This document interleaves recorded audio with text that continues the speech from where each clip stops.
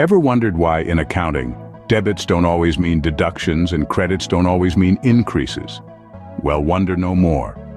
Today we're going to delve into the fascinating world of debits and credits, and by the end of this video, you'll have a solid understanding of these fundamental concepts in accounting. So what exactly are debits and credits? These are the building blocks of double-entry bookkeeping, a system that records every financial transaction twice, once as a debit and once as a credit, to keep the accounts balanced. When you debit an account, you're entering an amount on the left side of the ledger. And when you credit an account, you're entering an amount on the right side. Think of it like this. Debit equals left and credit equals right. Simple, isn't it? Now, let's move on to which accounts we usually increase with a debit. Keep the acronym DEAL in mind.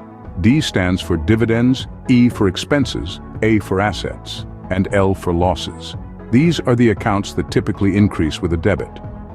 But what about credits? Here's where the acronym GIRLS comes in handy.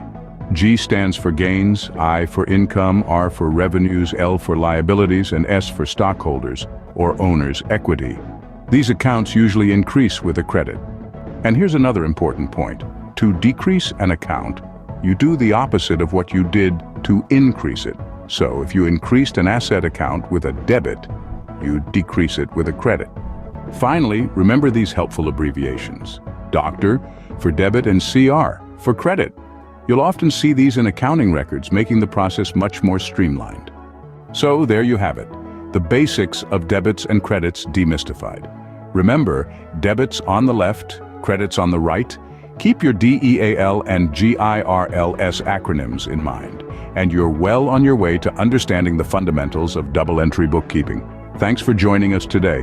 If you found this video helpful, don't forget to give it a thumbs up, share it, and subscribe for more accounting insights. Until next time, happy accounting.